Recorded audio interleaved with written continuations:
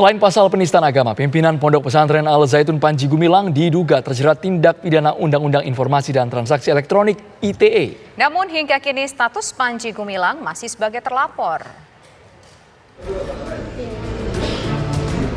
Sudah lebih dari 3 pekan, kasus yang menjerat pimpinan Pondok Pesantren Al Zaitun Panji Gumilang menuai sorotan. Kontroversi dalam ponpes yang diusut tim investigasi sudah ditangani Bareskrim Polri. Usai penyidik melakukan gelar perkara, Bareskrim meningkatkan kasus Panji Gumilang ke tahap penyidikan. Mabes Polri juga memastikan telah menemukan unsur pidana dalam kasus dugaan penistaan agama. Kami sudah memeriksa 4 orang saksi, kemudian 5 orang ahli, dan juga terlapor. Ini sudah cukup untuk kami meyakini bahwa ada perbuatan pidana. Pimpinan sekaligus pendiri Ponpes Al Zaitun yang berlokasi di Indramayu, Jawa Barat ini terang-terangan soal materi pemeriksaan, mulai dari riwayat hidup dan jerat hukum yang pernah dijalani Panji.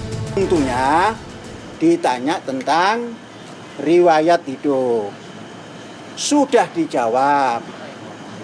Keduanya ditanya, pernahkah Panji Gumilang berurusan dengan hukum? Dijawab pernah. Apa yang ketiga? Apakah ada ketetapan hukum? Pernah ada.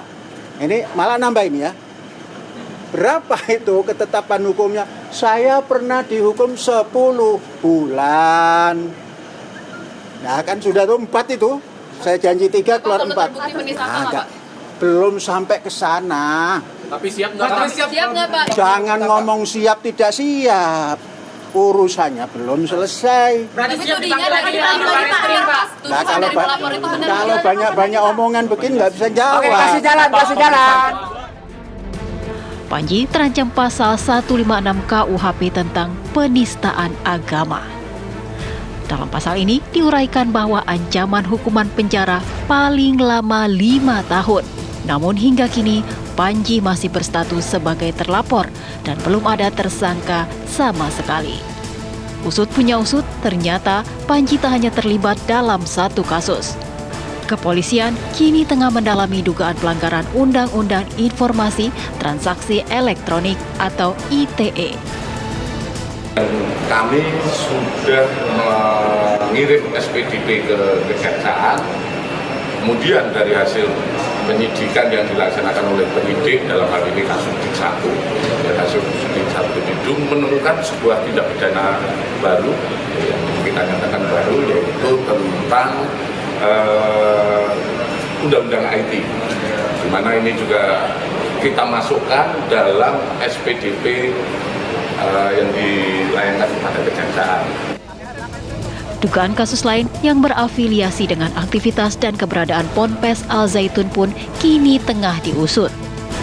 Mulai dari ratusan rekening bank yang mencurigakan hingga afiliasi dengan organisasi terlarang. Polisi bergerak secara paralel bersama Badan Nasional Penanggulangan Terorisme dan Pusat Pelaporan Analisis Transaksi Keuangan. Tim TV One mengabarkan.